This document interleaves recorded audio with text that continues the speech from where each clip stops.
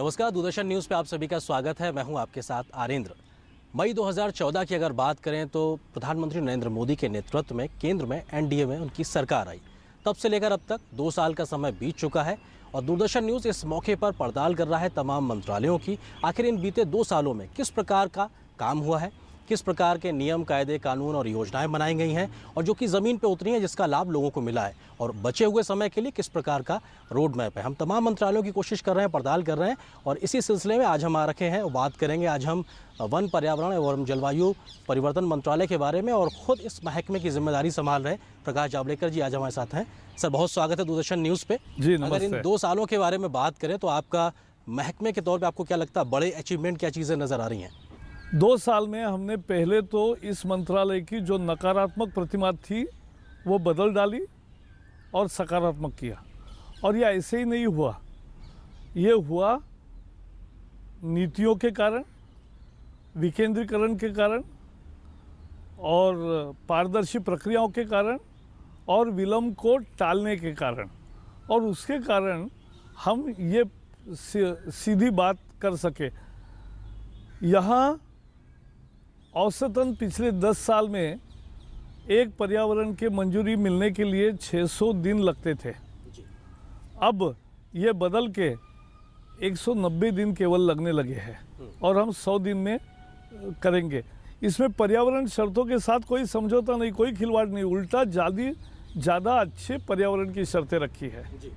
लेकिन पहले नीतिगत निर्णय किए। नीतिगत निर्णय ये किए कि भाई रक्षा संबंधी, सुरक्षा संबंधी मामलों को यहाँ आना ही नहीं पड़ेगा, उनको ऑटोमेटिक अप्रूवल के रूट में डाल दिया। लेफ्ट विंग एक्सट्रीमिज्म, माओवादियों के इसमें ऑटोमेटिक अप्रूवल दे दिया। ऐसे पहले नीतिगत निर्णय किए। दूसरे निर्णय किए विकेंद्रीकरण, राज्यों को सहभागिता देकर हमारे केंद्रों में जो केंद्रीय हमारे कार्यालय है, 10 कार्यालय है विभागीय, संभागीय, तो उनको अधिकार दे दिए 40 हेक्टेयर तक के वनीकरण के संदर्भ में। अगर जब प्रोजेक्ट आता है तो उसमें हमने विकेंद्रीकरण किया। फिर ऑनलाइन प्रक्रिया शुरू की। पहली दफ़ा भारत में अर्जी करने वाले को अपनी फाइल कहाँ है ये दिखने लगा। ये एक बड़ी एम्पावरमेंट है और इसके चलते लोगों ने बहुत इसका स्वागत किया और हम भी डीले को कहाँ हो रहा है, कहाँ फाइलें ठप पड़ रही है, वो देख सके। आप एक तरीके से कह रहे हैं पारदर्शी आपने सिस्टम को किया है, उसके अलावा आपने इन सारी चीज़ों के बारे में आप कह रहे हैं कि आपने उस डिले को कम किया है। लेकिन आपके जो विरोधी हैं वो इस बात में नहीं, मैं एक मिनट, इसके कारण क्या हुआ, जो 600 दिन लगते थे, देखो आज मैं 10 लाख से ज़्यादा करोड़ रुपए का निवेश जो अटका हुआ था फाइलों में, उसको हमने फ्री किया है और उनको ज़मीन पर लाने के लिए मौका दिया है। इससे लाखों रोज़गार मिलेंगे और इससे ज़्यादा बहुत सारी जनता के उपयोगी काम होंगे। पाइपलाइन जाना है, ड्रिंकिंग वाटर की पाइपलाइन जानी है, इरिगेशन कैनाल जाना है, रेलवे जानी है, तो एक एक चीज़ के लिए काम रुकता था, आज हमने दिया और इसका सर्टिफिकेट हमें सुप्रीम कोर्ट ने दिया। पहले वन्य प्राणियों के जो अभयारण्य होते हैं उसमें से अगर कोई प्रोजेक्ट करना है तो यहाँ एक national board of wild life होता है, उसकी परमिशन लेने के बाद फिर सुप्रीम कोर्ट में जाना पड़ता था, फिर उनके क्लियरेंस के बाद ही होता था। लेकिन हमने पारदर्शी प्रक्रिया करने के कारण और हर महीने उसका मीटिंग लेने के कारण अब सुप्रीम कोर्ट ने हमें विश्वास जताकर ये कहा कि अब ठीक काम हो रहा है, तो अब हमारे यहाँ आने की ज़रूरत नहीं, नेशनल वाइल्ड लाइफ बोर्ड में जो निर्णय होगा वही अंतिम होगा। आपके इस प्रयास को, जिसको कि आप एक बड़े अचीवमेंट की तरह बता रहे हैं, आपके विरोधी कहते हैं कि आपका जो मंत्रालय है वो ग्रीन सिग्नल मंत्रालय हो गया है, एनओसी मंत्रालय हो गया, क्योंकि पर्यावरण के साथ समझौता करके विकास की बात करें। क्या कहना चाहेंगे इस विषय? नहीं, हमारी धारणा पहले से है कि विकास भी होगा और पर्यावरण की रक्षा भी होगी, उल्टी ज़्यादा अच्छी होगी। और हमने पर्यावरण की रक्षा के लिए क्या क्या किया मैं बताना चाहता हूँ। पहले समझिए कि प्रदूषण का मुद्दा देश भर में हावी है, तो हमने प्रदूषण के लिए 3 बड़े निर्णय लिए। एक पहला निर्णय ये लिया कि एक एयर क्वालिटी इंडेक्स की देश के तबीयत की, हवा की पल पल की खबर, और दूरदर्शन रोज दिखाता है तो वो दिखाने वाला एक साइंटिफिक इंस्ट्रूमेंट तैयार किए और वो लगाए 35 शहरों में। दूसरा हमने काम किया कि प्रदूषण संबंधी सभी संबंधित राज्यों की बैठकें करके दिल्ली के प्रदूषण के लिए 5-5 राज्यों की बैठक हो रही है और लगातार 3-3 महीने में उसका रिव्यू लिया जा रहा है। सबसे बड़ा निर्णय मोदी सरकार का ये है कि प्रदूषण के मामले में अब जिसे भारत मानक 6 कहते हैं, अच्छी क्वालिटी का फ्यूल मिलेगा, अच्छी क्वालिटी के वाहन होंगे 2020 से। इसके लिए 60,000 करोड़ की लागत होगी और पूरे देश में 2020 से प्रदूषण, वाहनों से होने वाले प्रदूषण में 90% कमी आएगी। ये एक ऐतिहासिक कदम है, तो ये हमने उठाया है। तो मुझे लगता है ये एक बड़ा नीतिगत निर्णय है, फैसला है और संबंधित विभागों ने उसके नोटिफिकेशन जारी भी किए हैं। वायु प्रदूषण पे आपने बड़ी बात कही है, हालांकि समस्या बहुत विकराल हो चुकी है। अगर आपने जो कोशिशें की हैं, लेकिन वो लगता है कि अभी नाकाफी नजर आती है। उसकी वजह ये सर कि अगर हिंदुस्तान के शहरों की बात करें, दुनिया के सबसे पॉल्यूटेड शहरों के लिहाज से उनकी हवा उतनी ज्यादा नहीं, मैं इसीलिए बताता हूँ। इसमें 1/3 पोल्यूशन जो होता है वो वाहनों का होता है और वाहनों का प्रदूषण 90% कम करने वाला निर्णय मोदी सरकार ने लिया है। उसके लिए 60,000 करोड़ की लागत लगाई है। अब ज़्यादा शुद्ध पेट्रोल डीजल मिलेगा और ज़्यादा शुद्ध डीजल पेट्रोल चलने वाले वाहन मिलेंगे और ये 1000 दिन में संभव होगा। तो इतना ही दिन लिए है और उसके बाद एक देश भर में प्रदूषण एकदम ज़बरदस्त गति से कम होगा। एक दूसरा, गंगा में औद्योगिक प्रदूषण होता है। गंगा में ही नहीं, सभी जगह औद्योगिक प्रदूषण एक देश का प्रदूषण का मुख्य कारण है।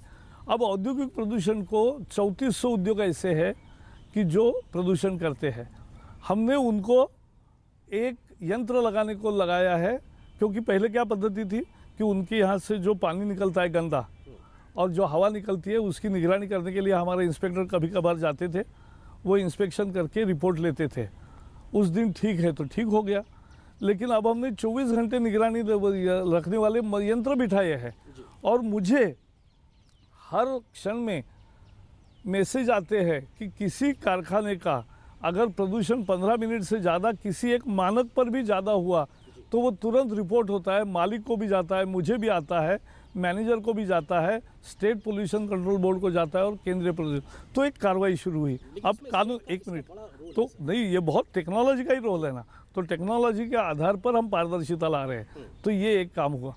अब गंगा में इसका परिणाम ये हुआ, जिसका उल्लेख मन की बात में प्रधानमंत्री जी ने भी अभी किया, कि गंगा में जो ब्लैक लिकर आती थी, जो स्पेंट वॉश आता था, वो आना बंद हो गया और लोग अब दूसरा उपयोग उसका करने लगे और जो गंदगी छोड़ते थे पानी में, गंगा की जो कहानी है वही बाकी नदियों की है। तो ये धीरे धीरे हम सभी उद्योगों के मानकों को ज़्यादा कड़े कर रहे हैं, ताकि सीमेंट के किए, थर्मल पावर के किए, जनरेटर के किए, तो अब उनको ज़्यादा प्रदूषण करने का मौका नहीं मिलेगा और उनके प्रदूषण की मात्रा को पल पल हम गिनेंगे तंत्र ज्ञान के सहायता से। सर, नियम कायदे कानून की कमी कहीं नजर नहीं आती, लेकिन समस्या आती है उसको इम्प्लीमेंट को लेके। इसमें राज्यों का भी एक बड़ा रोल है। आपको वो सहयोग कैसे मिल पा रहा है, उस अवेयरनेस जो कि आप इंडस्ट्री से भी चाहते हैं? वो अभी ऐसा है, ये जो दुर्भाग्य से जो मुझे विरासत में मिला, वो कानून ऐसा था कि जिसमें बहुत ज़्यादा कठोर कार्रवाई नहीं कर सकते थे। एकदम बंद कर सकते हैं या केवल केस भर के छोड़ देते हो, तो कोई केस से हो नहीं रहा है। तो इसलिए हमने एक सिविल पेनल्टीज देने वाला, एक ज़बरदस्त दंड करने वाला ऐसा एक कार्यक्रम बनाया है, एक बिल बनाया है, जो बिल 1 साल में पास हो जाएगा, ये मुझे पूरे विश्वास है। अब दूसरी बात देखो, हमने क्या किया है, वनों का निर्माण होगा, क्योंकि वनस्पति और हमारा नाता ऐसा है, हम ऑक्सीजन चाहते हैं, लेते हैं और हम कार्बन डाइऑक्साइड भी छोड़ते हैं। पेड़ है कि जो कार्बन डाइऑक्साइड लेते हैं और प्राणवायु देते हैं। तो हमने क्या किया, हमने ये किया कि वृक्ष ज़्यादा लगे, इसके लिए सारे फैसले किए। क्या क्या फैसले किए? 3 पहले बताता हूँ। पहला तो फैसला ये है कि पिछले 10 साल के नकारात्मक सोच के कारण वनीकरण के लिए जमा हुए 40,000 करोड़ रुपए, ये बैंकों में जमा हुए वनीकरण के लिए धरती पर नहीं लगे। हमने उसके लिए बिल तैयार किया। बिल अब स्टैंडिंग कमेटी से पारित हो गया। मुझे पूरा विश्वास है कि आने वाले दिनों में ये बिल दोनों सदनों में पास होगा और 40,000 करोड़ रुपए वनीकरण के लिए राज्यों को देंगे, तो सभी राज्य हमें सहयोग कर रहे हैं। आने वाले समय में वनों का क्षेत्र बढ़ेगा, हालांकि आपके बीते 2 साल के लिहाज से कहा जाए वनों का क्षेत्र बढ़ गया है। 3000 किलोमीटर वनों का क्षेत्र बढ़ गया है, उपलब्धि की तरीके से कह बहुत सकते हैं। उपलब्धि जी, है। बिल्कुल, ये पब्लिक डोमेन में। हम प्रकाश जावड़ेकर जी से ये बातचीत जारी रखेंगे, लेकिन एक छोटे से ब्रेक के लिए रुकते हैं। लेकिन ब्रेक के उस पार जब वापस आएंगे तो बात करेंगे आखिर अंतर्राष्ट्रीय पटल पे भारत इस सब मुद्दे पे, खासतौर से जलवायु परिवर्तन के मुद्दे पर किस प्रकार से आगे बढ़ रहा है, क्या कुछ उम्मीदें हैं। इस मुद्दे पे बात जारी रहेगी इस छोटे से ब्रेक के बाद।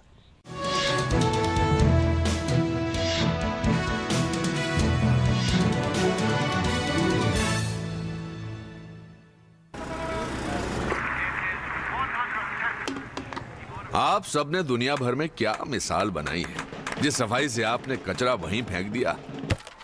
और मन्नू आंटी क्या कूड़ा फेंकती हैं, ओलंपिक्स के गोला फेंकने वाले भी शर्मा जाएं। और ये देखिए, लक्ष्मी भाभी की सफाई तो गांव-गांव में प्रसिद्ध है। हमारे सुखिया भैया मन की करते, जहां सोचा वहीं शौच कर दिया।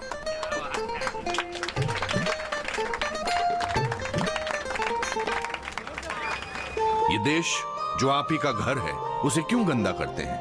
थोड़ी शर्म कर लो, सोच स्वच्छ कर लो। अगर एक बार 125 करोड़ देशवासी तय कर लें कि मैं गंदगी नहीं करूंगा, तो दुनिया की कोई ताकत नहीं है जो हिंदुस्तान को गंदा कर सकती है। स्वच्छ भारत, एक कदम स्वच्छता की ओर। भारत में लगभग 3 करोड़ विकलांगजन हैं, किंतु हमारे सरकारी भवन, अस्पताल, विद्यालय विकलांगजनों के लिए सुगम्य नहीं है। यही हाल हमारे रेलवे स्टेशन, बस स्टॉप, बसों तथा रेलगाड़ियों का है। हमारी वेबसाइट्स यदि W3C सुगम्यता मापदंडों को पूरा नहीं करती, तो वे दृष्टिबाधित और श्रवण बाधित व्यक्तियों के लिए पूरी तरह उपयोगी नहीं है। आइए हम बाधा रहित वातावरण का निर्माण करें। सुगम्य भारत अभियान। देश का प्रत्येक विकलांगजन अन्य सामान्य व्यक्तियों के समान स्वावलंबी होकर सम्मान और गरिमा के साथ जीवन यापन करे।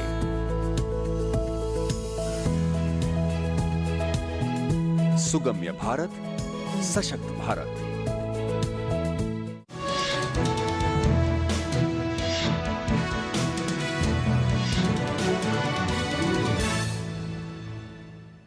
इस छोटे से ब्रेक के बाद आप सभी का स्वागत है। 2 साल मोदी सरकार के खास कार्यक्रम के तहत हम बात कर रहे हैं। आज हमारे साथ में मौजूद हैं प्रकाश जावड़ेकर जी। सर, अभी हाल ही में हमने देखा कि आप पेरिस होके आए हैं, वहाँ पर विकासशील देशों के लिहाज से भारत ने एक बड़ी भूमिका निभाई है। कितना महत्वपूर्ण समझौता हुआ है, क्योंकि उम्मीद करें कि दुनिया की जो तपिश है शायद इस समझौते से कुछ कम होगी। पिछले 2 साल से हम लगातार इसके प्रयास में रहे कि विकसनशील देशों की एकजुटता बनी रहे और वो प्रभावी रूप से लोगों के सामने आए। और इसलिए हमने क्या किया, बेसिक ग्रुप है, ब्रिक्स ग्रुप है, लाइक माइंडेड डेवलपिंग कंट्रीज़ है, लीस्ट डेवलप कंट्रीज़ है, स्मॉल आइलैंड डेवलप कंट्रीज़ है, सबसे नाता बनाया। सार्क कंट्रीज़ है, सबसे नाता बनाकर एक कॉमन भूमिका तैयार की और उसी को लेकर हम चले। इसलिए पेरिस में समझौते में विकसनशील देशों को विकास के लिए अवसर भी मिला है। विकसित देशों ने पैसे देने की, तकनीक देने की और ज़्यादा एक्शन लेने की मान्यता दी है, तो उनके तरफ से तो ये एक बहुत बड़ी अचीवमेंट है जिसमें विकसनशील देशों को न्याय मिला है। अब पेरिस समझौते पे हमने हस्ताक्षर भी किए हैं। तो मैंने दुनिया को बताया कि पेरिस समझौता जब नवंबर में हुआ और अप्रैल में आज हम हस्ताक्षर कर रहे हैं, इन 6 महीनों में मोदी सरकार ने क्या काम किया कि जलवायु परिवर्तन के संकट को कैसे भारत जूझ रहा है। तो हमने कोयले पर 400 रुपये का टैक्स बिठाया, $6। मैंने कहा विकसित देशों को कि आप भी लगाइए। हाँ, लेकिन फिर हमने वाहनों पर टैक्स लगाया है, ई रिक्शा का बिल पास किया है, ई व्हीकल्स को हम सब्सिडी दे रहे हैं। तो हमने बहुत ऐसे सार्थक कदम उठाए हैं जिसके कारण ये हुआ। एक बड़ी बात हमने की, भारत स्वच्छ कब होगा? स्वच्छ भारत ये प्रधानमंत्री जी का सपना है, देश का सपना है। और ये स्वच्छ भारत कब होगा? जब हमारा कचरा प्रबंधन ठीक हो जाएगा। और इसलिए हमने solid waste management, construction and demolition waste management, biomedical waste management, e waste management, plastic waste management, hazardous waste management, 6 के 6 रूल नए सिरे से तैयार किए और जिसमें इसका विस्तार भी बढ़ाया, जिम्मेवारी भी लोगों की बढ़ाई, एजेंसीज को दिया और एक देश भर में स्वच्छता का पूरा एक राज तैयार हो नियम कानून से, ये हमने तैयार किया है। ये एक बहुत बड़ी पहल है, इसको 1 साल लगे। सैंड माइनिंग एक बड़ी समस्या है कि बालू का अवैध उत्खनन होता है, नदियाँ सूख जा रही है, तो हमने अब तकनीक का उपयोग करके सैटेलाइट के नक्शे से ही तय होगा कि कहाँ और कितनी बालू जमा हुई है, उतनी और वही बालू उठाने की परमिशन मिलेगी, नीलाम होगी। और कितनी बालू उठा के प्रत्यक्ष ले जा रहे उसका बहुत मॉनिटरिंग होगा जीपीएस के द्वारा, और इसके द्वारा वो एक बहुत प्रूफ जैसे चेक जैसा एक रिसीट बनाया है उसके द्वारा होगा। तो ये सब हम काम कर रहे हैं। तो ये एक सस्टेनेबल सैंड माइनिंग, ये भी पर्यावरण को समृद्ध बनाने वाला है। मैं आऊँगा इस मुद्दे पे भी आपसे, लेकिन हमारी जो ऊर्जा ज़रूरतें हैं वो कहीं ना कहीं हमारे लिए मजबूरी पैदा करती हैं कि हम तमाम प्रकार की चीज़ों पे काम करते रहें, जिसमें फॉसल फ्यूल का इस्तेमाल की बात है, कोयले की भी है। अभी आप रिन्यूएबल एनर्जी की तरफ जा रहे हैं, सोलर अलायंस जैसे इनिशिएटिव्स भारत सरकार के द्वारा लिए गए। आपको लगता है कि हमारी जो ऊर्जा ज़रूरतें हैं और आने वाले समय के लिहाज से जो विकास के बीच में संतुलन बनाने की ज़रूरत है, खासतौर से पर्यावरण को ध्यान रखते हुए, कैसे आगे बढ़ा जाएगा? नहीं, निश्चित रूप से भारत मोदी जी के नेतृत्व में एक ऐसा संतुलन बना रहा है कि बिजली की खपत भी बढ़ेगी, मांग बढ़ेगी, वैसी आपूर्ति भी होगी, लेकिन आपूर्ति होते समय उसका ज़्यादा हिस्सा 40% हिस्सा ये नॉन फॉसिल फ्यूल जिसे बोलते हैं, जिससे प्रदूषण नहीं होता है, ऐसी ऊर्जा 40% होगी क्षमता में, ये हम तैयार कर रहे हैं। ये बहुत बड़ी पहल है, दुनिया के किसी देश ने ऐसा नहीं किया है, तो ये हम करने जा रहे हैं। तो एक तरफ वन भी बढ़ाएंगे, एक तरफ साफ सुथरे रहने के नियम भी बदल रहे हैं, तीसरे तरफ सैंड माइनिंग का भी कर रहे हैं, और चौथी तरफ ये स्वच्छ ऊर्जा का भी प्रयास कर रहे हैं। इसके साथ साथ एक और पहल हम कर रहे हैं कि जो लोगों को इसमें सहभागिता दे। तो एक हमारी क्लाइमेट एक्सप्रेस इस साल निकली है कॉप पे पृष्ठभूमि में।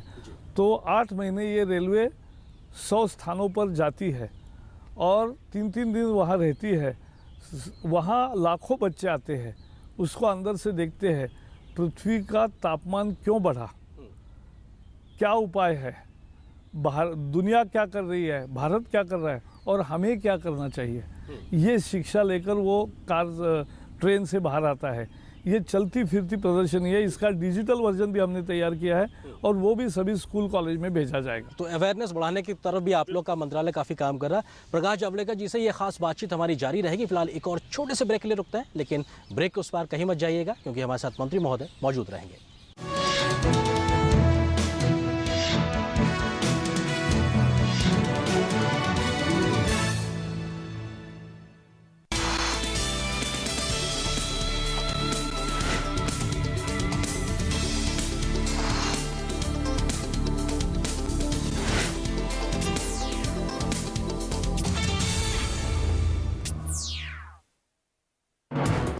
हर दिन बदलती खबरें, हर पल बनती नई सुर्खियां, खबरों की रफ्तार के साथ हर दोपहर दुनिया की ताजा तस्वीर।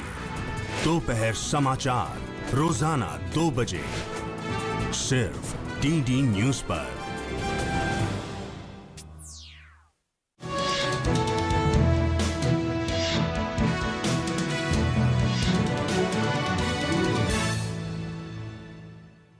और इस छोटे से ब्रेक के बाद आप सभी का स्वागत है और हम खास बात कर रहे हैं। आज हमारे साथ में वन एवं पर्यावरण जलवायु परिवर्तन मंत्रालय की जिम्मेदारी संभाल रहे प्रकाश जावड़ेकर साहब हैं। जावड़ेकर जी, अक्सर खबरों के लिहाज से अगर बात किया जाए तो एनजीटी जो कि नेशनल ग्रीन ट्रिब्यूनल है, वहाँ से निकलने वाली खबरें अक्सर सुर्खियों में रहती हैं। अगर हम अभी हाल फिलहाल बीते समय की बात करें, आर्ट ऑफ लिविंग का भी एक मसला था। इस प्रकार की चीज़ें आने के बाद में हमको एहसास होता है कि शायद हमारे मैकेनिज्म में कहीं पे व्यवस्थाओं या नियमों की कुछ कमी है कि कई बार हम चीज़ों को डील करने के लिए थोड़ा देर से जागते हैं। आपको लगता है कि इस प्रकार के जो एक फंक्शन हुआ उससे हमने क्या सीखा है? इसमें 2 बातें हैं। पहले तो एनजीटी एक जुडिशियल रिव्यू है और वो होने की ज़रूरत इसलिए है कि हमने जो नियम बनाए, समझो कचरे प्रबंधन के नियम बनाए और उसका अमल नहीं हो रहा है, तो कोई भी नागरिक अपना दुखोड़ा लेकर न्यायालय में जा सकता है, वहाँ उसकी सुनवाई होगी। तो ये एक व्यवस्था है। लेकिन इसके बीच में एक व्यवस्था हम और कर रहे हैं, जो सिविल पेनल्टीज़ की मैंने की, वहाँ एक एडजुडिकेटिंग अथॉरिटी भी होगी और एडजुडिकेटिंग अथॉरिटी में पहले सुनवाई होगी और उसको दंड भी दिया जाएगा और उनको ठीक रहने के लिए, देखो दंड होने से ही और प्रयास करने से ही और तकनीक लाने से ही देश का प्रदूषण कम होगा, देश की ये गंदगी कम होगी और देश में पर्यावरण का ह्रास कम होगा, पर्यावरण को और बल मिलेगा। ये चारों उपाय उसी से हो सकते हैं और उसी दिशा में हम जा रहे हैं। एक और उदाहरण आपको देता हूँ। अभी बीते दिनों आपकी बहुत जानकारी में है कि मुंबई में डंपिंग ग्राउंड में एक आग लगी, दिल्ली में भी इस प्रकार का वाकया आया। क्या इस प्रकार की चीज़ों के लिए हम पहले से चेत सकते हैं, ऐसी चीज़ें कर सकते हैं इसीलिए जो समस्याएं ना मैं बता रहा हूँ, जी। कचरा प्रबंधन का जो सारी व्यवस्था है उसके जो नए नियम है उसमें क्या कहा है हमने ये कहा है कि कॉरपोरेशन, म्यूनिसिपैलिटीज़ उनको रिस्पॉन्सिबली जिम्मेवारी लेकर ये काम करना पड़ेगा।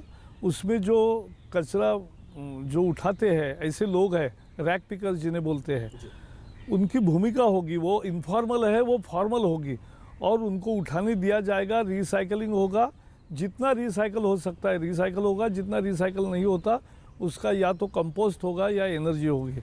ये दो तरह से डिसेंट्रलाइज कैसे करें, बहुत सारे उस रूल्स में दिया गया है।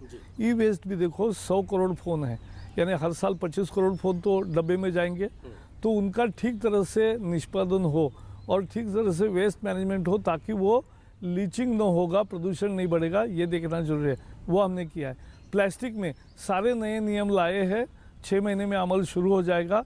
तो प्लास्टिक का कचरा जो देश भर में दिखता है और गाय भैंसों के पेट में जाता है वो सब खत्म होगा, तो प्राणियों के पेट में भी जाता है वो सब खत्म होगा। तो ये करने के लिए समय लगेगा क्योंकि 70 साल की आदतें हैं, वो बदलनी है, लेकिन वो हम जिस आदत को बदलने की आप बात कर रहे हैं, हमारे खेती किसानी और किसानों से जुड़ी हुई एक आदत की बात है कि खेती में जो कटाई के बाद में जो अवशेष रह जाता है, जिसे अलग अलग नामों से भी लोग जानते हैं, वो अक्सर जलाने की बात है। खासतौर से सर्दियों के मौसम में किस प्रकार से स्मॉग की समस्या आती है, उस पे किस तरह से। इसलिए पंजाब और हरियाणा सरकार ने इस बार बहुत अच्छी पहल की और इससे हमें सक्सेस मिला। उन्होंने वो मशीन जो है बेलिंग मशीन्स, यानी जो ये होते हैं ग्रास होता है स्टबल, तो वो इकट्ठा करने का उससे काम होता है। अब उसको बायो एनर्जी के लिए उनको पैसे भी मिलने लगे। और दूसरी तरफ हमने एक और काम किया अच्छा कि दोनों सरकारों ने डंडा भी चलाया, तो दोनों का परिणाम ये हुआ कि इस साल 30% जलना कम हो गया। मुझे विश्वास है 3 साल में ये बंद हो जाएगा। किसानों से संबंधित एक और बात, क्योंकि हमने देखा है कि पंजाब और हरियाणा जैसे उदाहरण हमारे सामने, जहाँ पे यूरिया या कीटनाशकों का इतना ज़्यादा इस्तेमाल हुआ कि वो स्वास्थ्य के लिए एक समस्या बन गया। इस प्रकार की चीज़ें आगे ना हो, कड़ाई से रोकथाम हो, वो क्या करने जा रहे हैं? क्योंकि ये बड़ा हेल्थ इशू है। दुनिया के अच्छे जो सभी देशों ने, विकसित देशों ने क्या क्या नियम बनाए हैं, कौन से पदार्थों को उन्होंने बैन किया है, कौन से जो एक विशेष केमिकल या रसायन है इसको मना किया है, इसका हम अध्ययन कर रहे हैं। एक ग्रुप बैठा है और उसके साथ फिर हम भी हमारे मानकों को और कड़ाई से कड़ा करेंगे और फिर लागू भी करेंगे। एक बड़ी तस्वीर के तौर पे देखा जाए तो जनसंख्या का बढ़ता हुआ दबाव हमारे प्राकृतिक संसाधनों पे लगातार बढ़ता जा रहा है। ये ऐसी समस्या है जो आने वाले समय में भी शायद बढ़ती सी नजर आएगी। उस पे कुछ बड़ी से कुछ कोशिशें करते नजर आ रहे हैं एक समग्र रूप से। एक सच्चाई ये है कि इस देश में दुनिया की 17% आबादी है मनुष्यों की भी और 17% आबादी है पशुओं की भी। तो इतनी बड़ी संख्या है जिनको पानी भी लगता है, खाना भी लगता है, जमीन भी लगती है। और ज़मीन केवल 2.5% है, पानी केवल 4% है। तो ये निश्चित रूप से एक संकट है और इसलिए मैंने तो हमेशा माना है कि इन चैलेंजेस को देखते हुए ये सब हम काम ऐसे करेंगे कि धरा, गगन और वायु, जल, अग्नि सब का एक संतुलन बना रहे और सबका एक रक्षा हो और ये फले फूले अच्छे तरीके से। यही हमारी इच्छा है और मैं विश्वास दिलाता हूँ कि हम जंगल के क्षेत्रों को बढ़ाएंगे और सघन करेंगे।